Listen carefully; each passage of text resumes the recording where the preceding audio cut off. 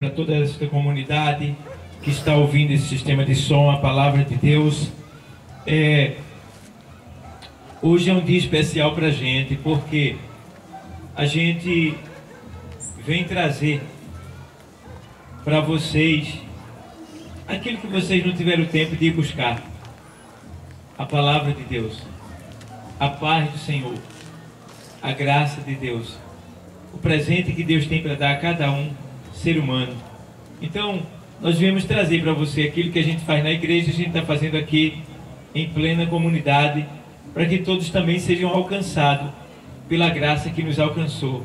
Então esse é o nosso prazer, a nossa alegria, é o propósito de Deus para com todo ser humano, é que o evangelho dele seja pregado a toda a comunidade, a toda criatura, para que o homem encontre a paz, para que o homem consiga se libertar pelo poder da palavra de Deus. Eu quero convidar os amados a abrir a Bíblia no capítulo 7 do Evangelho escrito por Lucas.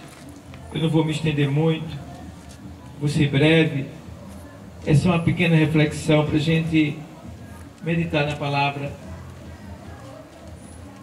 O Evangelho escrito por Lucas, capítulo 7, versículo 11. O texto sagrado diz assim, olha: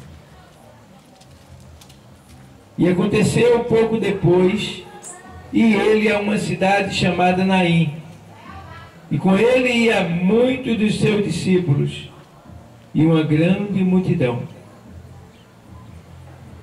E quando chegou perto da porta da cidade, eis que levavam um defunto, filho único de sua mãe, que era viúva. E com ela ia uma grande multidão da cidade.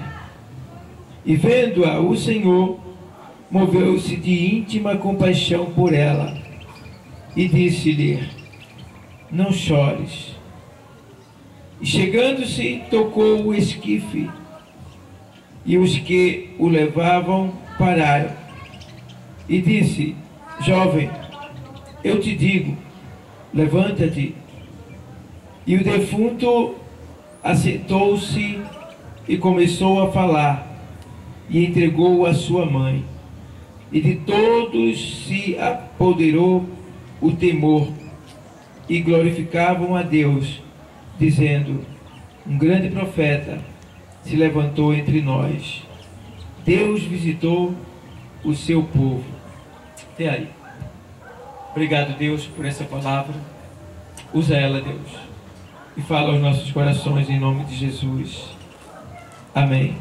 Podem sentar os amados presentes. Amados, nós estamos de posse de uma palavra poderosa da parte de Deus. Toda a Bíblia é revestida de uma palavra poderosa que vem de Deus para os seres humanos aqui na face da terra. E essa passagem bíblica, ela aconteceu quando Jesus estava aqui na terra, entre nós, no seu corpo físico, quando ele veio pregar o amor de Deus, quando ele veio se entregar naquela cruz para salvar a humanidade. E a gente vê que o propósito de Jesus, ele tinha um propósito com ele. Jesus não gostava de ver ninguém triste. Jesus não gostava de ver ninguém caído. Jesus não gostava de ver defunto. Não gostava de ver pessoas pobres, doentes. Ele não gostava de nada dessas coisas que denigram a imagem humana, porque Jesus sabe que se existe pobreza é por causa do pecado, se existe doença é por causa do pecado. Então Jesus não é a favor do pecado, e ele veio justamente para vencer o pecado e mostrar para nós que nós também podemos vencer o pecado. Porque ele venceu o pecado como homem. E como homem também, nós também podemos vencer o pecado. Ele nos deu toda a estratégia. E a gente vê aqui nessa passagem bíblica que o Senhor, que era acostumado a andar muito por aquelas localidades, agora ele vai nesse momento caminhando com seus discípulos. Eu acho interessante é que Jesus, ele sentia quando tinha alguém sofrendo. Ele sentia quando tinha alguém triste que precisava dele Era como se ele tivesse assim, olha, tem alguém que está precisando de mim, é uma emergência, eu preciso ir àquele local. Ele sentia, o Espírito Santo lhe fazia sentir. É como nós viemos aqui por quê? Porque nós sentimos de Deus.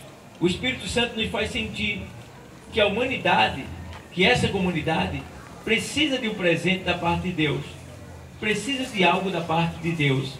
Então, nós viemos aqui como canal de Deus, para que através de nós, você possa alcançar as bênçãos que Deus tem para dar a cada ser humano, a cada pessoa. Assim como nós somos abençoados, nós também queremos que vocês sejam abençoados, porque essa é a vontade de Deus. Deus não quer o mal de ninguém. Deus só quer o bem. Então, amados, Jesus sentia. E ele agora, rodeado de muitas pessoas, porque a Bíblia diz que aqui e ali Jesus estava com 5.000, 8.000, 10.000 pessoas lhe rodeando. Não é fácil, né? Lidar com um homem que tem 10.000 pessoas do seu lado, tudo em pé, né? Cercando ele. E Jesus era um homem assim, cercado de pessoas ao seu redor. Mas, mesmo estando sendo cercado de pessoas, ele não desperdiçava um momento de libertar uma pessoa. Ele não desperdiçava um momento de curar alguém. Todos tinham a oportunidade. Era só ter fé. Tendo fé, se aproximava dele, recebia o que desejava. Do mesmo jeito é você hoje. Eu não sei o que é que você está precisando. Eu não sei qual é a tua necessidade. Eu não sei quais são as tuas faltas. Mas Jesus sabe de tudo que você precisa. Jesus sabe da tua necessidade. E nessa noite Ele está aqui, pronto para te ajudar. Ele só precisa de uma coisa de você, da tua fé.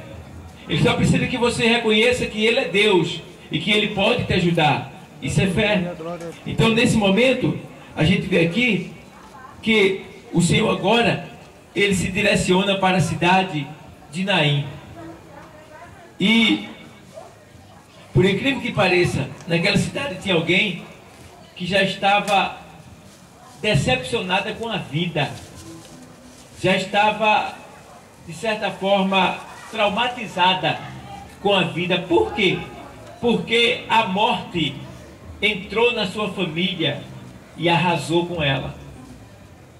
A morte entrou primeiro na casa dela e matou o marido dela, levando-o para a sepultura.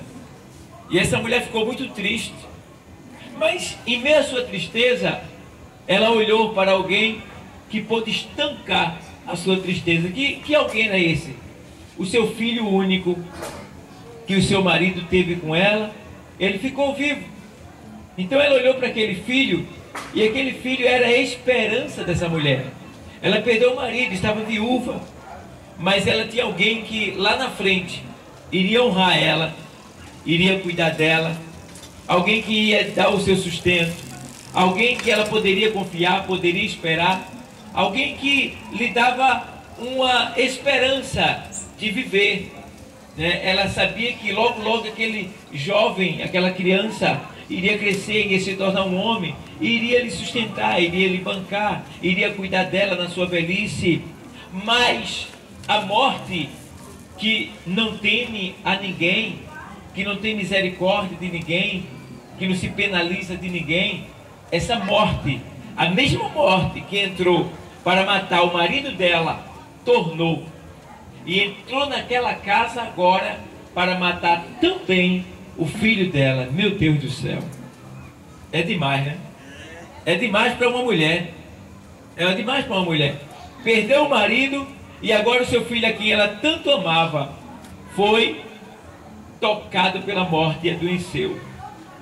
A Bíblia não diz, mas é possível que essa mulher tenha buscado recursos médicos, medicamentos, tenha tentado de alguma maneira curar aquela enfermidade, né? A Bíblia não diz se foi uma morte instantânea, se foi uma morte lenta, mas diz que ele morreu. E a gente vê que ela deve ter feito alguma coisa, mas não conseguiu. Porque, irmão, ninguém pode vencer a morte.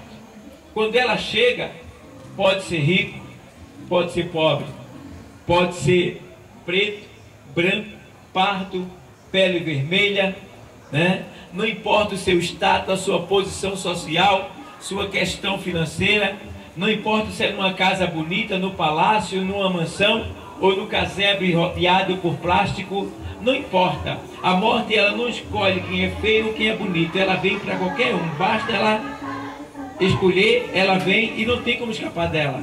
E aí a gente vê que ela agora entra nesse lar e agora mata o filho daquela mulher viúva. Já não bastava a humilhação de ser viúva, porque uma viúva naquela nação, ela era desprezada, humilhada, ela não era reconhecida, ela era uma mulher repudiada por ser viúva. Aproveitando que o Senhor Deus não gostava da maneira que as viúvas eram tratadas. E lá no Salmo 68, o Senhor Deus diz assim: olha, eu sou o Deus dos órfãos e das viúvas. Porque eram duas pessoas desprezadas, eram os órfãos e as viúvas. E Deus se levantou a favor desses dois, porque ele via que era muito desprezo, era muita humilhação. E agora chega também a morte. Já não bastava o desprezo, a humilhação, o repúdio da sociedade. E agora entra o que? A morte. E ali mata o filho daquela mulher. E agora, depois de matar o filho daquela mulher, ela cai em pranto, ela cai em agonia, em angústia, decepção, perdeu o que ela tinha de mais valor, perdeu a força dela, perdeu a esperança dela, perdeu a alegria dela, perdeu o que ela confiava, perdeu o seu futuro, ela perdeu o que ela tinha de mais valor naquele momento. Então não dava para ficar calada, não dava para se conter. Aquela mulher caiu em pranto. Oh, aleluia, glória a Deus. Oh, da xarabamântia. Oh, meu Deus, aleluia. Quantas pessoas estão como aquela mulher, em pranto, em angústia, sofrendo, porque perdeu algo que lhe servia, perdeu algo que era útil para você. Eu não sei o que foi que você perdeu. Talvez você tenha perdido o seu esposo, talvez você tenha perdido sua mãe, seu pai, talvez você tenha perdido até o seu filho, como essa viúva, eu não sei. Mas o Senhor é aquele que tem o poder de restaurar a alegria. O Senhor tem o poder de entrar no coração da pessoa, claro, e ali consolar, estancar o choro e lhe dar uma alegria que ninguém pode dar, porque a alegria só dada pelo Espírito Santo. Só o Espírito Santo sabe consolar. Eu me lembro que quando eu perdi a minha mãe há 4 anos atrás, e eu disse: meu Deus, eu perdi a minha mãe faleceu, e eu fiz um pedido a Deus: Deus, é eu que vou ter que cuidar de tudo. E eu disse: Deus, em nome de Jesus, eu quero pedir ao Senhor que pelo seu Espírito Santo eu não chore, eu não quero chorar, eu não quero chorar, meu Deus, eu não quero. E aí eu fui cuidando de tudo, e chegou na hora que eu estava ali no cemitério, e eu tive que ali agradecer as pessoas pelas orações, eu tive que agradecer as pessoas por estar ali, né, honrando a ela e também a minha pessoa. E ali naquele momento veio aquele soluço de choro, e ele tornou atrás, ele estancou, eu não consegui chorar. E ali naquele momento eu abri a Bíblia e comecei a pregar e a anunciar o Evangelho de Deus. E eu agradeço a Deus até hoje, porque só o Senhor, ele sabe consolar um coração aflito, alguém que teve uma grande perca. Só ele sabe consolar, e ele me deu essa graça de não chorar naquele momento. Ainda que depois, quando eu cheguei em casa, eu senti aquela saudade e eu lamentei, eu chorei um pouco, mas no momento exato eu pedi e ele estancou a voz de choro, estancou aquela angústia, aquela agonia, e eu pude, em meio a toda aquela aflição, falar do amor de Deus para aquele povo que estava ali no sepultamento. Então, essa mulher estava assim, ela não pediu a Deus para estancar o seu choro, pelo contrário, ela estava ali, olha, derramando-se completamente em lágrimas. E agora, naquele momento, o Senhor vem se direcionando para aquela cidade, da onde ela vai saindo para sepultar o seu filho. E ao mesmo tempo, vem ali uma grande multidão com ela. Uma multidão que vinha trazendo o seu filho, enrolado ali em uma maca, envolto em faixas, morto ali, né, emumecido, sendo levado para ser enterrado, né? Todo o seu sonho, todos os seus planos estavam sendo levados ali para ser sepultado. As pessoas que estavam do seu lado não podiam lhe fazer nada, só simplesmente chorar e lamentar junto com ela. Mas agora, irmão, vem o que é mais importante, vem o principal, porque está vindo ali uma multidão acompanhada pela morte, rodeada da morte, decepcionada pela morte, perseguida pela morte. Mas ao mesmo tempo em que essa multidão triste vai saindo da cidade, vem entrando uma multidão que já não era decepcionada mais, era uma multidão realizada, era uma multidão alegre, uma multidão feliz, uma multidão saciada, uma multidão que não sentia fome, não sentia necessidade, uma multidão que estava completamente satisfeita, porque estava diante da vida que é Jesus, porque ele mesmo disse: olha, eu sou o caminho, a verdade e a vida. Então agora já vem ela saindo, e Jesus vem no meio daquela multidão. Aquela multidão que vem com a mulher, vem chorando, gritando, pranteando, chorando angustiosamente. E a multidão que vem com Jesus vem alegre, saltitante, pulando, glorificando, dizendo aleluia, bendito aquele que vem em nome do Senhor, Jesus de Nazaré, o Filho de Deus, o Messias, o nosso Salvador, é Ele. E agora vem o contraste agora, a multidão triste de lá chorando e a multidão alegre de cá sorrindo. E agora a felicidade vai se encontrar com a tristeza. Eu gosto porque a Bíblia diz que não tem como a tristeza permanecer aonde Jesus chega, porque aonde Jesus chega, a alegria tem que prevalecer, a alegria tem que imperar, a alegria tem que aparecer, porque Deus não é Deus de tristeza, não é Deus de morte, Deus é Deus de paz e de alegria. Aleluia. E agora, meus irmãos, já vem o encontro agora, o choque. Eita, é choque térmico, porque é o frio com quente. Vai ter agora um choque térmico espiritual. É a multidão fria da morte vindo, a multidão da perca com a multidão do fogo, da vitória, que estava com Jesus chegando. Aí quando Jesus chega, que ele vai logo de ponta, assim, que ele olha logo, já vem aquela mulher toda de preto, ali, com lenço, chorando angustiosamente, gritando, dizendo: meu Deus, por quê, por quê, por quê, por quê?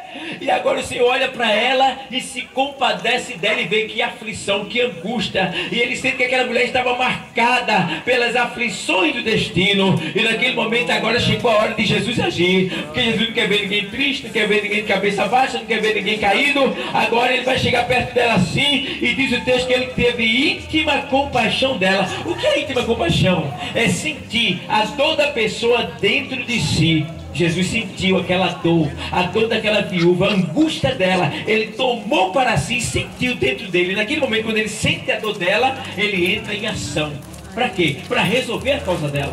Ele entra em ação para resolver aquela situação. Porque Deus não quer ver ninguém passando por situação difícil. Ele não quer ver. E agora ele vai e chega para a mulher assim e diz: ô mulher, mulher, não chores. Meus irmãos, quantas pessoas estavam perto daquela mulher dizendo: não chora, não chora, não chora, não chora, mas não adiantava, porque os que diziam não chora, não podia resolver a sua causa, o seu problema. E às vezes a gente está assim, tem um monte de gente que está ao nosso redor, tentando nos consolar, mas não resolve o nosso problema. Mas Jesus tem esse poder de dizer para a pessoa: não chore, e entrar com providência para lhe dar a vitória. E agora nesse momento, quando ele diz não chore para ela, não chore, ela olha para ele assim e sente uma paz, sente um estancar das suas lágrimas, e ela fica parada, petrificada, olhando para ele, com os olhos ali banhados em lágrimas, e ela para, e Jesus deixa ela lá, Jesus diz para ela: não chore, e vai até o problema dela. Onde estava o problema dela? O problema dela estava onde? Lá atrás. O problema dela estava lá no caixão. O problema dela era a morte do filho dela, era a perca que ela teve. E agora já vai Jesus até lá, o problema dela. Irmão, Jesus nesta noite, ele está aqui. E quem crê nele, eu quero dizer para você que você está aqui ouvindo a palavra dele, mas ele está indo lá no teu problema. Eu não sei onde é, mas ele está indo lá. E quando Jesus vai, ele vai para resolver, ele vai para solucionar, ele vai para mudar a história. E diz a palavra que ele vai até o problema dela.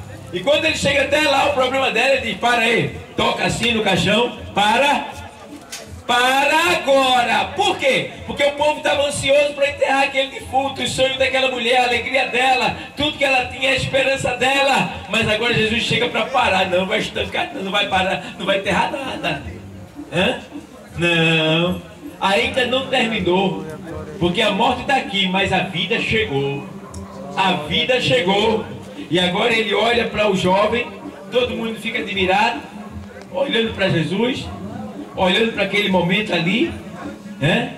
E agora ele toca lá e diz assim: jovem, eu te digo, levanta-te. E na mesma hora o menino levantou. Na mesma hora o jovem levantou do caixão, que era uma maca, né? E sentou-se. Quando o jovem se levanta e se senta, irmão, os que estavam chorando saltaram em glória e aleluia. Foi muita alegria naquele momento, irmão. Então, o que é que eu vejo aí disso tudo? É que Jesus foi lá, na causa, no problema, e restaurou. Ele trouxe de volta o que se havia perdido. É como eu estou dizendo, em nome de Jesus. Eu não sei o que você perdeu. Talvez você tenha perdido o emprego. Talvez você tenha perdido a sua paciência. Talvez você tenha perdido a sua fé. Talvez você tenha perdido algo, uma questão financeira, uma casa, um bem, eu não sei. Eu não sei, talvez você tenha perdido até a sua saúde. Eu não sei o que você perdeu. Mas Deus nos trouxe aqui para dizer para você que Ele é poderoso para te restituir. Ele é poderoso para restaurar novamente, trazer de volta aquilo que você perdeu. Porque Ele tem esse poder de trazer à existência as coisas que não são, como se já fossem. Então, amado, hoje é o dia. Deus quer mudar a tua história. Deus quer fazer um milagre. Mas Ele precisa que você atente para Ele. Ele precisa que você o receba como Senhor da sua vida, para que Ele tenha legalidade de atuar na tua vida de maneira completa, de maneira geral. Eu não sei, mas Deus quer restaurar. Deus quer trazer de volta aquilo que você perdeu. Para isso é necessário fé. Para isso é necessário crer. Para isso é necessário se entregar completamente a Ele, para que Ele tenha liberdade dada por você no mundo espiritual de atuar, repreender a morte, repreender os espíritos malignos, repreender o mal que está atuando contra você e te dar a vitória que você tanto espera. Então fica aí, amado, essa reflexão para você entender que Jesus, Ele é a vida, e vida simboliza a alegria, paz, firmeza, segurança, tudo que é bom. É isso que Ele quer ser para você, porque quando a gente está no mundo, a gente está morto. No mundo não tem paz, o mundo está em guerra. Mas nós estamos aqui com a paz do Senhor em nosso coração. Então eu pergunto nessa noite: onde está a primeira vida para Jesus? A primeira vida que quer assumir um compromisso com Cristo, para sair da morte e tomar posse da vida, para ter uma mudança completa na sua vida, para melhor, para enriquecer, para prosperar, para ser curado. Deus quer fazer milagre nesta noite. Só cabe a você. Tudo depende da sua fé. Se você crer, o milagre vai acontecer. Então, vamos agora. Cadê você? Vou passar agora para a direção para o meu pastor Gregório, e ele vai reforçar o convite. E que Deus continue abençoando a todos.